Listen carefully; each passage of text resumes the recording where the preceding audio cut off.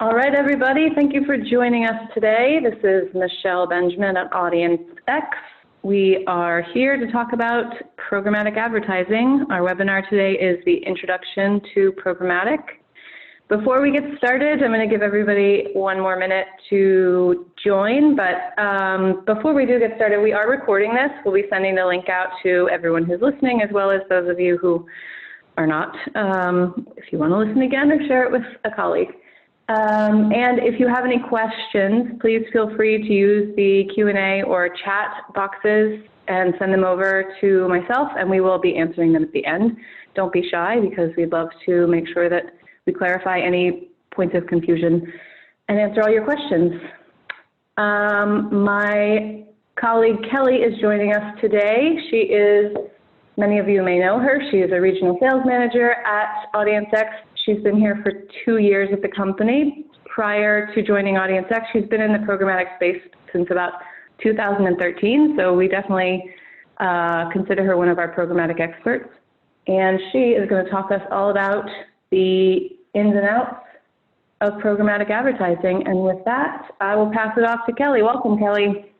Thank you, Michelle. Hello, everybody. Thank you for joining us over your lunch break if you're on the East Coast and Central.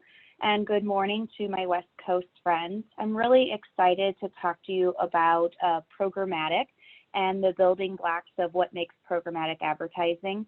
This is a presentation that I give quite frequently, sometimes 1 or 2 times a week, to agencies and brand partners that are new to the space and really want to understand why are we using programmatic and why is it so beneficial as part of their media mix. And I also present it to colleges and universities to keep making sure that students are understanding this, so when they do join the workforce, they're not asking a ton of questions. So let's get started, guys. And of course, feel free to put questions into that box and Michelle will read them out at the end. I'd be happy to help. Looking at our agenda today, we have a lot to talk about in about 30 to 35 minutes. We're going to review some vocabulary terms. We're going to look at the media buying evolution and ecosystem. Why are we even buying programmatic these days? Looking at some of the research, this can be great points to take back to your clients as ammo to use for why we should have programmatic as part of your media mix.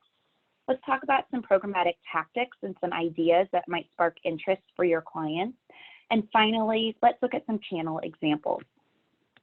Let's get started on the vocabulary piece. So let's get a couple things out of the way. RTB and programmatic are not actually the same thing. RTB is real-time bidding, and that is when we buy an impression, a single impression, in an auction-based environment. So real-time bidding would be Google search, Facebook, Snapchat, any of those types of platforms that you're doing a bidding process to win the impression. But RTB is not the same as programmatic. Programmatic as a whole means a automated technology infrastructure that enables media buying. So let's get a little bit more into it later, but programmatic is the actual technology that allows advertisers to buy individual impressions from a variety of websites using different tactics and data layers to reach those unique individuals. Now, why do we even have programmatic is usually the next question that people ask. Wasn't life just so much easier back in the early 2000s when I wanted to buy a couple websites and I placed direct IOs? Well, yes and no. So looking back, I'm not going to go all the way back into time, 30 plus years ago when the internet was created. But things started to progress quickly, as we all know, and every day it seems like there's a new change. So in the early 2000s, Google AdWords comes in, Facebook, and a lot of these websites are popping up. And media buyers, there weren't really digital media buyers back then, but media buyers were realizing that it was really complex and hard to navigate all these direct insertion orders to people.com and ESPN and other local news sites. And so there was the launch of ad exchanges, which really brought together all these different websites and let people start to kind of cherry pick which sites that they wanted, but not having to give individual IOs to each of those sites. As advertisers and media buyers demanded more transparency and the ability to use more targeting tactics, then became the advent of a true DSP, a demand-side platform. That came out in 2007, and now fast forward to where we are in 2020, and programmatic is an integral part of the digital landscape. Lots of new metrics have come into place, lots of new targeting tactics, inventory sources, and there's always a plethora of DSP mergers and acquisitions every year. So really the essence of why we have programmatic was to allow media buyers to have more transparency and use more targeting tactics and be much more hands-on with the impressions that were being served on each of the individual websites.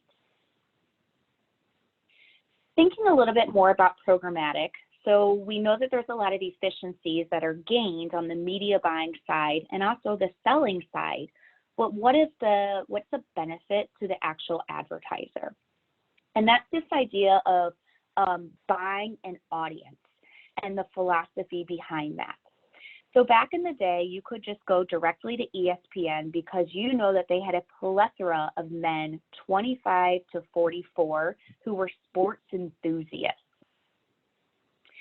So I could go buy ESPN, pay, a higher CPM and buy that all day long, knowing that there might be some waste in there. Maybe there's females, maybe there's people 45 plus.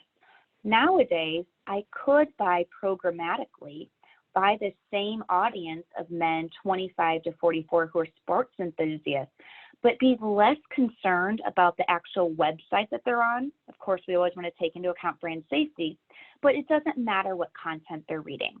So perhaps this young man, he's reading something on Huffington Post. It was a catchy headline that caught his eye. He's also a new dad, and he doesn't know how to burp his young son. So he's visiting parenting.com, which people might traditionally think of as more of a site for new moms. Maybe he lives in St. Louis, Missouri, where I'm located, and he's going online to look at some local news. And he also just bought a new Big Green Egg, a smoker, and he's visiting foodnetwork.com for updated recipes. He still might go to ESPN to check out some sports scores, but maybe he really likes to go to Fox Sports Go for some of their soccer coverage. It doesn't matter where he is, as long as we know that he's the correct audience that would be likely to engage with our ads. And that's exactly what programmatic advertising allows us to do. Let's look at some programmatic proof.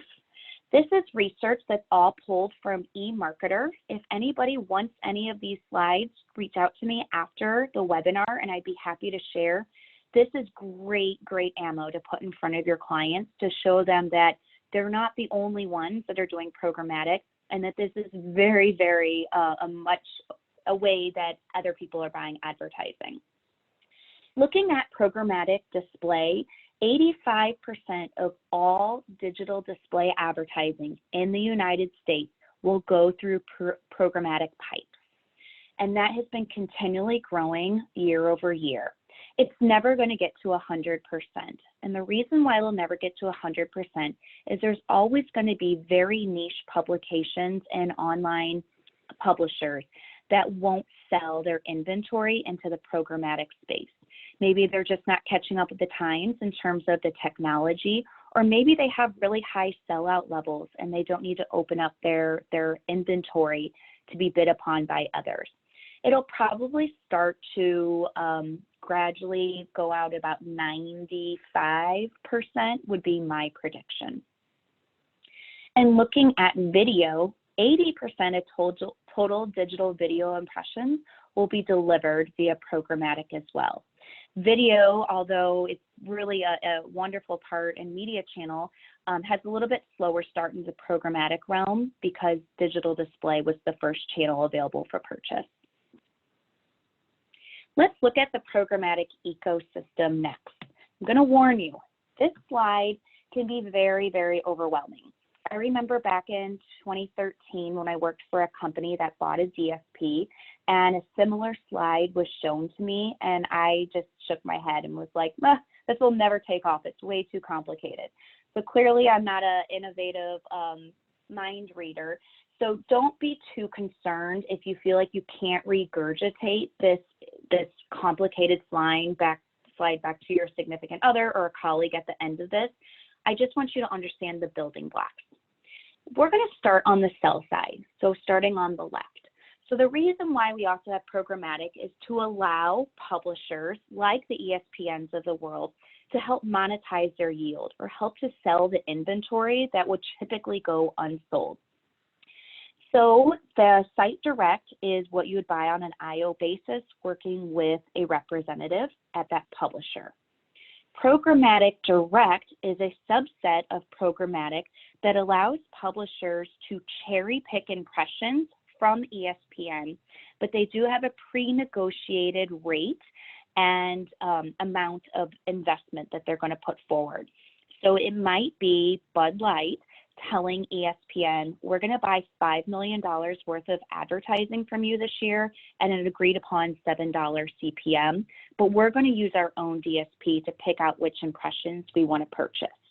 That's also called programmatic guaranteed. Moving down the daisy chain, as we call it, to private marketplace inventory. So any of the inventory that does not go sold directly or do not get picked up in Programmatic Direct or Programmatic Guaranteed options then fall into a private marketplace. A private marketplace is a smaller subset of advertisers who have been given permission in advance by the publisher to buy media from them. It usually has a floor rate, and so the advertiser knows they have to bid above the floor rate to try to win any of the impressions. If none of the advertisers decide to buy the impressions available that flow through the private marketplace, maybe it's outside of the demo or it's not the right geography, then the inventory flows down into what's called the open marketplace. The open marketplace allows all of the DSPs to have insight into that available impression, to see all the information that comes through the ad call. Where's the user located?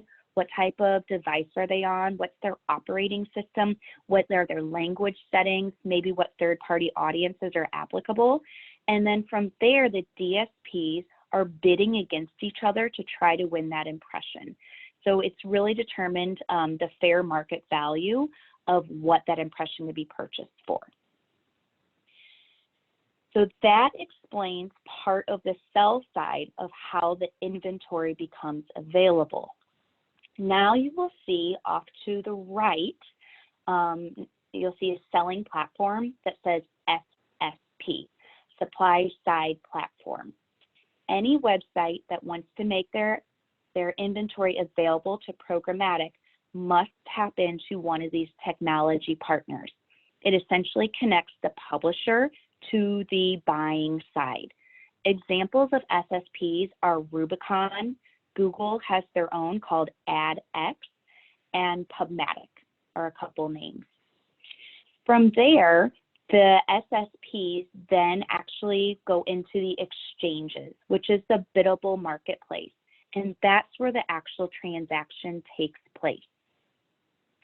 Moving further over to the right, the DSPs, which is a demand-side platform, the piece of technology that's used to buy the inventory, and example names of DSPs would be Google Display and Video 360, MediaMath DSP, Amazon DSP, and DataZoo, which actually just became Roku recently, are some other DSPs. So DSPs connect to the buy side and the advertisers. A DSP can also be part of a trading desk. A trading desk is when a programmatic media buyer has access to multiple DSPs. So they might have 2, 3, 4 different DSPs available at their fingertips to buy media across for their clients. At AUDIENCEX, we are a trading desk because we have 12 DSPs available. Not all advertisers and all agencies have to use a DSP. They could go directly, or have to use a trading desk, pardon me. They could go directly to a DSP, or they could use a managed service partner as well. That's a lot to take in right now, and I'm still not finished. As you guys will see under the DSP, you'll see a connection into a DMP, a data management platform. This is a platform that houses first-party, second-party, and third-party data. There are DMPs that are already built into DSPs, which would house things like retargeting pixels and the cookies and mobile device IDs that are collected. And some advertisers will bring in their own outside DMP of their own first-party data. Maybe it's customer segmentation data, maybe it's customer or custom Axiom data segment. So there's a lot of different ways that a DMP is accessed as part of the DMP, but it helps to provide the additional audience targeting to reach a very niche group of users. So with that, again, don't feel frustrated if you cannot go back and explain this to somebody else. Know that if you're joining this webinar, you are hanging out on the buy side, representing either an agency or an advertiser, and you're looking for access to work with a partner or work directly with a DSP to buy programmatic inventory. I'm going to move on from here. Let's get into some programmatic targeting tactics. And this is always the area that likely sparks some neat ideas for you to take back to your own clients. Common programmatic targeting tactics include lookalike modeling. This is where the DSP provides you with an audience insights pixel that prospects for additional users that look similar to those that have already visited your site. You could also create lookalike models based upon people who have completed a conversion action. Maybe it's people that have submitted a lead gen form, or maybe it's people who have purchased from your website. What you would like to do is create a model of what those best customers look like, and then have the DSP prospect and find new users to introduce your advertising to hopefully bring them back to your site to convert. It is a very essential part of any high-performing programmatic campaign. Third-party audience targeting. This is where we tap into additional audience providers like Bluekai, Excelate, and Oracle are some of their names, but it allows us to reach very niche audiences. Maybe I'm working on a campaign where I'm trying to reach moms of grade school kids. Maybe it's a B2B campaign and I'm trying to reach people that have very specific job titles in certain industries. Maybe I'm trying to reach IT managers or CFOs of hospitals and medical groups. Another example could also be people who are in market for a home mortgage or looking to buy or sell a new home. Another one that I recently came upon that I loved how granular this was, and maybe it also just really reflected upon myself, is those who shop at Target for athletic clothes. So it can be very, very niche. Contextual targeting is when your advertisement aligns with the journalistic content on the page. For example, if I was a regional bank, I might want my ads to align with personal finance topics, things like checking accounts, household budgeting, or how to set up a 529 college savings account. The contextual targeting could also be very seasonal. Maybe it's about St. Patrick's Day. So it could be the best places to go in St. Louis to celebrate St. Patrick's Day or see the parade. Maybe it's recipes about fun, desserts to serve your children for St. Patrick's Day. So we can have that seasonal reference as well. We can also do custom contextual targeting, and that usually aligns with your client's SEM keyword list to repurpose those words and buy them when they make sense on the page. And the technology that activates contextual targeting uses semantic technology. So it understands if it is a Jaguar, the animal, or if it's a Jaguar car, to make sure that we're contextually relevant there. CRM targeting is a fantastic way to reuse first-party data.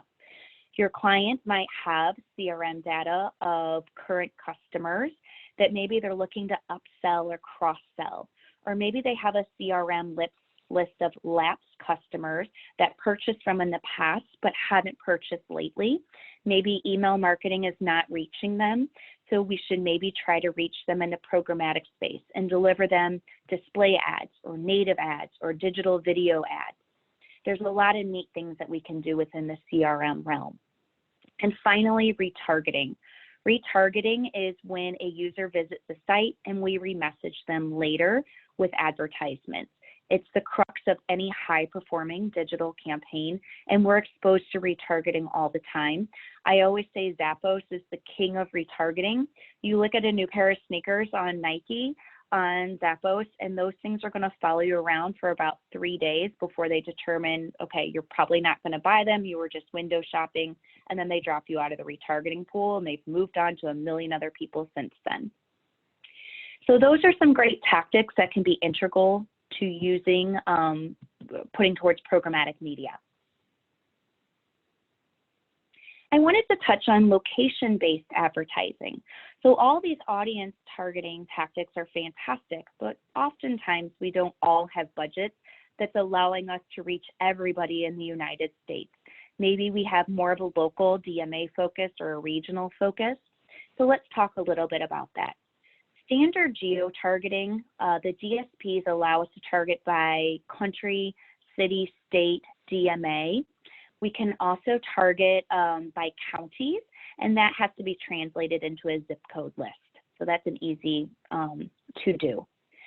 Geofencing is when we actually place like a invisible fence around a very specific location, and anybody that's within that location has a propensity to receive your advertisements on their mobile devices. So for example, opening day is coming up for the St. Louis Cardinals. Maybe I'm a local pizza company and I wanted to geofence our Busch Stadium and deliver ads to people who are there on opening day to tell them about our pizza special later. I could go just around Busch Stadium, or I could even make my geofence a little bit wider to include Ballpark Village and some of the bars and restaurants of people that are around Busch Stadium that might also have a similar interest. And finally, my favorite tactic, and for my current clients that are on the phone, you hear me talk about this all the time, but the concept of time machine. I will let you guys know this is kind of an AUDIENCEX dub term, but the concept is it's familiar across the board. The idea is to create a custom audience of users that had previously been within a geofence, but we want to reach them later when they're outside of the geofence. So I love this tactic for my B2B customers. There's a lot of fantastic trade shows and conferences that are out there, but marketing budgets don't always allow sponsorships or booth space of these events. It's a sitting duck of like-minded business people. If we know the exact days and the location of the event, we can create a custom audience of all the mobile device IDs that were seen within that geofence over those days, up to 400 days in the past, create an audience and re-message them later. So maybe there was a conference that took place last October and we didn't advertise there, but we know that there's a lot of key decision makers there for our business.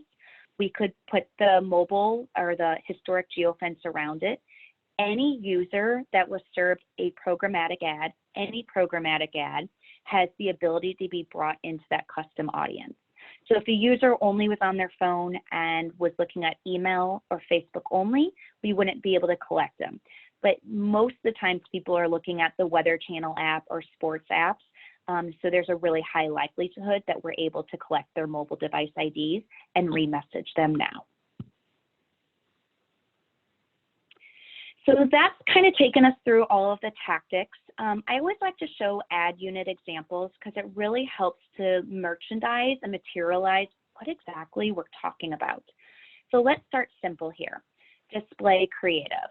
They can come in all sorts of ad sizes. The 300 by 250 is by far the most common ad size, as it can be used in display as well as mobile web environments.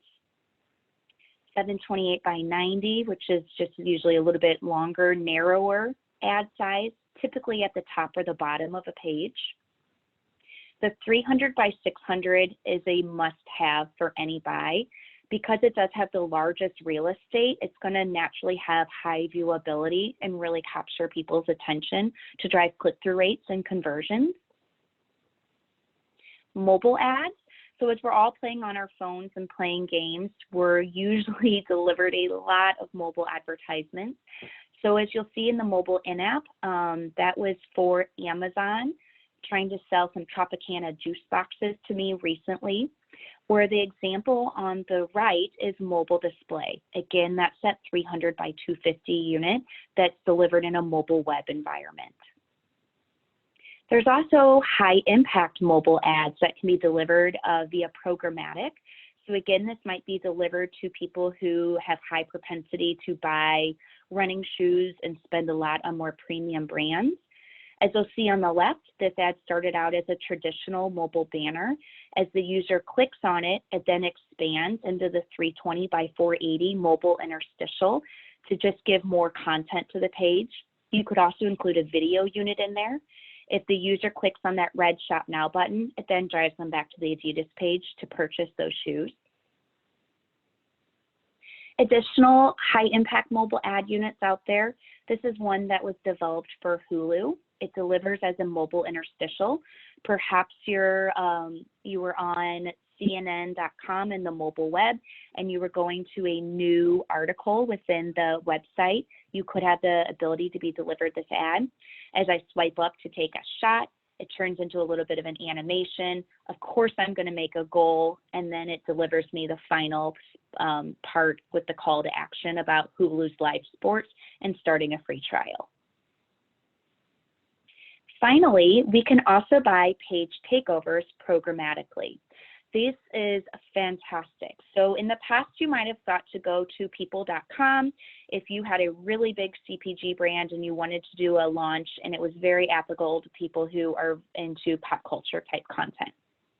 Well, now your budget may not be able to afford something like that, but still using programmatic targeting tactics, this Rogue One ad could be delivered to me when I'm on a variety of websites. So if I went on the same website at the same time as my husband, he might see a completely different ad than I do because we're two very different people in our online lives. Native ads is another programmatic channel that's really seen a lot of explosive growth over the years. This is when the ad looks like journalistic content on the page. So as you'll see on here, this is for one of the D2C mattress companies. It is always notated by sponsored content or paid content, but it does use imagery, a headline, and then usually a body copy. What's really cool about programmatic advertising is you just have to give us the raw assets, the images, the copy, and the headlines, and all the different technology partners, native partners on the back end will use your assets and manipulate them to fit perfectly into the website's content. So here for The Atlantic. As you'll see here on CNN.com, they format their paid native ads a little bit differently. They place theirs usually at the bottom or mid-level, and you'll see things from here like from Lending Tree or from the Cannabis Summit. Finally, with this example on the Wall Street Journal, you'll see it on the far left. It says paid program, and it's a little bit grayer, and it's for an athleisure wear company called Rita. Again, it does look very, very similar to the other stories on the page. Native is awesome. One of the best practices for native is to always drive users to something that they expect. Don't just drop them off at the home page. Drop them off to a content page that maybe talks about the best-selling athleisure wear from this company or what to wear when you're mountain hiking. Give the users a little bit of value there instead of just a quick hard sell. Finally, native can be used in mobile devices. Again, here is an example from CNN.com for Lending Tree. So the advertisers actually just gave that image. There was no copy on top of it. And the publisher partner that CNN uses for native technology put that ad unit together themselves. Pre-roll video can also be bought via programmatic, as well as connected TV. And as Michelle said, our next webinar will be all about connected TV, and that'll be hosted by our Senior Director of Strategy. So that concludes the programmatic channels that are available now. You know, things are constantly changing, so we'll be definitely keeping ahead of the trends and looking forward to what else will be available via programmatic. I did want to touch on a couple things. We're calling these future. It's really here and now, but it's something, these are like hot programmatic topics that a lot of our clients have been asking about. The first would be the rise of programmatic audio. So podcasting and streaming audio is definitely hot right now. Several of the DSPs that we utilize can access podcasting and audio content, whether it's from iHeartRadio, Spotify, or Pandora. You're able to still layer on all of your targeting tactics to reach users with those audio messages. And finally, private marketplaces. We already talked about that earlier on the ecosystem, but private marketplaces is definitely something that more and more of our customers are talking about.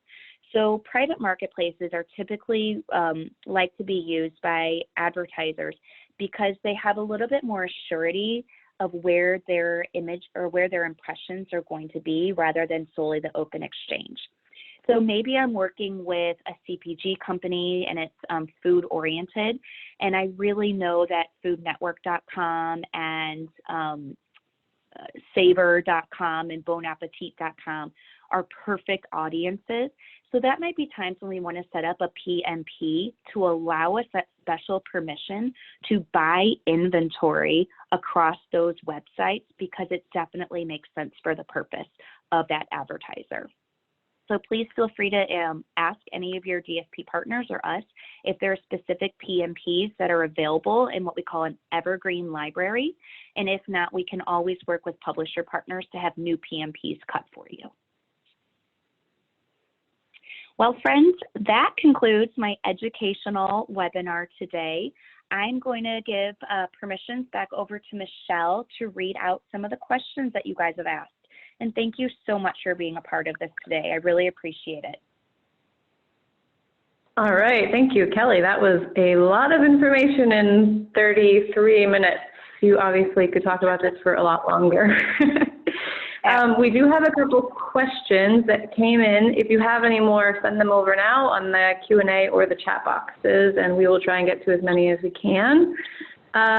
First up, so going back to the programmatic ecosystem slide, that insane map of all our different technologies, the question is it suggesting that site direct inventory is quote unquote better since it sits higher on the waterfall than the other types of inventory? No, that is not necessarily the case. Sometimes people do think that programmatic is simply remnant, as in not good inventory. Really what has happened is all the websites, I shouldn't say all the websites, a lot of the websites simply can't sell all of the impressions that they have available via their own sellers in a direct basis. And so the reason why we have programmatic is for them to have another outlet to sell the inventory that went unsold directly. So yes, people could also be saying, Kelly, what you're trying to dance around is the word remnant. Not necessarily. There are definitely times that home inventory maybe didn't go sold on a certain day on a local news website. A lot of people would say that's very premium. Right when I go to, let's just pick on stltoday.com, which is our local newspaper here in town, that's a fantastic place to be. Well, if it doesn't go sold, then why not put it into the programmatic ecosystem and let somebody else bid upon that? It might get purchased in the private marketplaces because it would actually come through saying this is homepage inventory and it's going to have a higher floor rate. And again, if nobody in the PMP space buys it, it's then going to get monetized and purchased in the open exchange. I hope that answers. All right. Yeah, I think so. Okay. Next up, do you see a performance difference by tactic? I think this is the next slide. Lookalike versus third party versus location-based targeting. Is there a difference in performance? I'm assuming that depends on your campaign, but what is your expert opinion? Absolutely. That's a really good question. Yes, it's always going to be very unique per campaign and vertical. I do have a little bit of insight though. Third-party audience targeting is typically going to be a more expensive tactic to activate because you're having to pay an additional CPM to buy the data. And so it's just going to be higher. So if you're trying to back into something like a CPC or a CPA, it's naturally going to be a little bit more expensive. What I love about lookalike modeling is over time, after we've been delivering a lot of really great qualified traffic to the site and building a lookalike model based upon those site converters, that lookalike model is going to become so high performing. It's technically your first party data. And because we're not using any third party data, it becomes a very efficient tactic to activate. So you will usually see CPCs and CPAs to be less expensive. Contextual targeting, again, is usually like a 15 to 20 cent CPM. Nobody hold me to that. I can go back to strategy, but I know it's like pocket change, if you will. It's not dollars. And so that will usually come out to be a little bit more efficiently priced than third-party targeting. So that's a good question, but it's really, there's no cut and dry answer. It's going to be very specific to individual campaigns. Right. Okay. Great. Oh, can I? Sorry, Michelle. I wanted to finish their other part of their question. Sure. Geofencing is usually a little bit more expensive to activate, and the reason being is you simply don't know who else is trying to buy within that same geofence. So right now we're heading into a political season, and so many people are trying to reach a legislature and Capitol buildings. And so we are seeing kind of higher CPMs now if you wanted to geofence a Capitol building in a specific state, because so many people are trying to get to those, key decision makers. But if it was a non-political year, it probably wouldn't be as expensive. So it really just depends on where that geofence is and what kind of like hot event, if you will, is going on. All right. Awesome. Okay, back to our programmatic ecosystem slide. A follow-up question: when would you use a PMP as opposed to the open exchange with hyper-targeting, such as strong third-party or CRM lists? Mm-hmm. So PMPs are a great way to add on very specific inventory to the website that you know is very relevant. Or maybe you want to tap into a PMP to use second-party data. So maybe the Wall Street Journal has some really incredible data to reach, engage CEOs or something like that. Private marketplace, you have usually a better chance of securing that inventory than going through the open exchanges. The open exchanges you may not win because of bid pricing. There's a variety of reasons. When you are building out a programmatic strategy, you're going to really want to weigh how much media investment you put towards PMP inventory and how much media investment you want in the open exchange, so that you're having an efficient CPM to align with your KPIs. Whoever asked that question, I'd be happy to answer it a little bit more specific to your customer profile and what you're looking to do, and I can provide some better guidance since this is very broad brush. Got it. Okay, great. Another question that I think we get pretty often: what is the main difference between Google Display or GDN and Programmatic Display? Mm-hmm. Yes, that is usually one of the questions that is the impetus for why we have this type of a programmatic education session.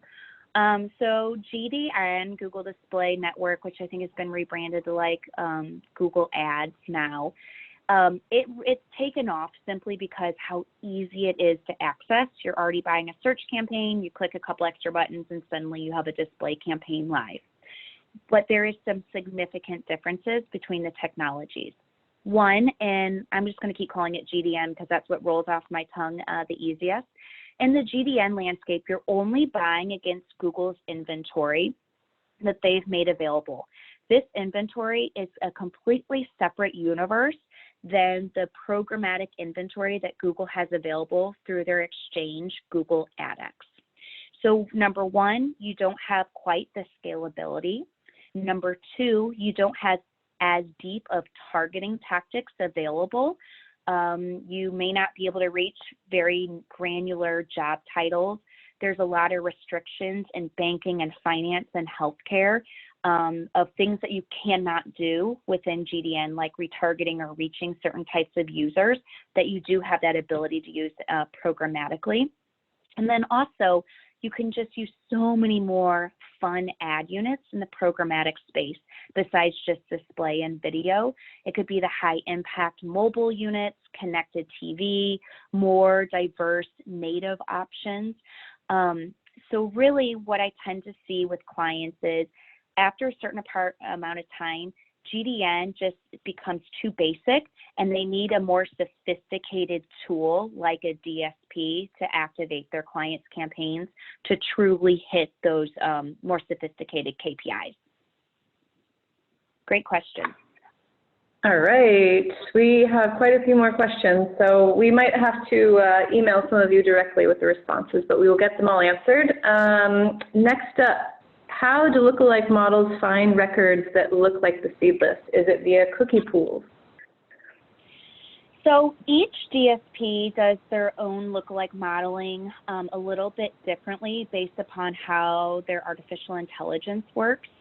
From what I've learned working across so many different DSPs, they are collecting proprietary data about all of us as users. It's completely anonymized. It's GDPR, CCPA, like all those acronyms compliant. So it doesn't know that I'm actually Kelly Wiethuchter, but it does know that I shop on Amazon and Target.com a lot. I seem to be reading a lot of parenting articles about how to control wild children, and that I also have an interest in plant-based cooking right now. And it's picked up a lot of those data signals, if you will, by just me being a user online and visiting different types of website and content and where I'm making purchases. So it's collecting all those data signals. It's finding similarities between me and everybody else who's on, let's use oldnavy.com and saying, okay, we can tell that these people are really good customers for us. What makes them similar, and what are those attributes that I could go out and buy to find more similar people to come back and buy more Old Navy clothes? It's pretty complex, but that's kind of the easiest way that I've learned to understand it over time. But nobody knows exactly who I am. All right. Okay, two more that I think we can maybe address. How much does whitelisting or blacklisting sites affect programmatic rates? How else can we protect our clients against serving impressions on websites that aren't acceptable to our clients? That's a great question. So blacklisting is so easy to do, and I would really recommend that you always provide your programmatic partner with a blacklist of sites. Breitbart a couple of years ago during the last election was one that everybody came and said, oh my gosh, don't put our ads on Breitbart. Even knowing things about your client and what makes them tick. I hope nobody take offense to this, I'm just using it, but like O'Reilly report can be very controversial. And if you know that your client really doesn't like him, then go ahead and put it on a blacklist for fear that he'll ever see his own company's ad on that type of a website. But we can also take a broader based version rather than you coming to us with a list of every single potential website that could ever be bad. We can also add on brand safety layers. So a lot of people right now don't want to be in political content. So we use technology partners that, again, similar to Contextual, will read the page of the content and determine, okay, this is about the elections and voting, it's political, and that we will not buy that impression. And so we will skip it and let somebody else buy the impression. You can also set up blacklist or brand safety around other more specific things. So usually like alcohol, drugs, gambling, mature content. A lot of those are standard with your programmatic partners, but you might always want to get clarity to make sure that your brand safety values are definitely in line with their brand safety values. Was there another part to that question, Michelle, that I skipped, or did I answer it all? No, I think you got it. How to protect your clients. If there's any other tactics outside of white or blacklisting, yep, you got it. Yeah. Oh, white. Okay. Well, I'll touch on yeah. whitelists real quick. Whitelists are always great if you don't want to have to, kind of bow down to higher CPMs. in the PMP world, you can put together a whitelist saying, if I'm able to buy impressions on these sites, great. I do want to let you know it can, if you use that as your only tactic, it could definitely inhibit scale greatly. So you do want to use that tactic alongside contextual or third-party audience and retargeting and things like that, but don't limit yourself to only buying impressions on those sites. All right. Okay. If a client doesn't, quote, believe in programmatic, how do we use programmatic to influence or sway their belief? That is a very interesting question. Oh, I'm sorry for you. That is very challenging. So when I've had people say they don't believe in programmatic, I think you kind of have to do like almost a therapy session with them to get to the root of it. Are they worried about brand safety? Have they maybe been burned in the past, and maybe try to get to the root of like why did it just not work in the past? Did something specific happen?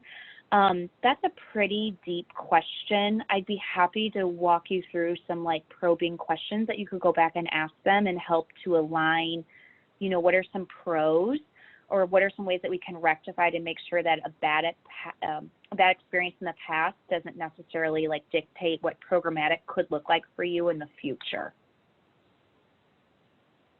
All right. Do you have any insight on how Chrome cookies will affect audience sizes in the future? That's the question on everybody's mind. What's your prediction? Oh, yes. It is going to affect us. Luckily, there are, you know, a lot of the audience providers out there are working fast and furious to, you know, develop solutions, because they can't just simply go out of business, you know, by not having a viable company anymore. So yes, it is a concern. This sounds kind of silly. It's a concern in general for the industry, but I'm not too terribly concerned for it, because there's a lot of smart programmatic tech people out there that are working on what the solution will look like, and will be kept abreast of all of that. I would like to say that if you are really worried about that, try contextual targeting. It's really a fantastic solution to a lot of concerns out there, specifically in terms of like cookies and privacy, GDPR, and things like that.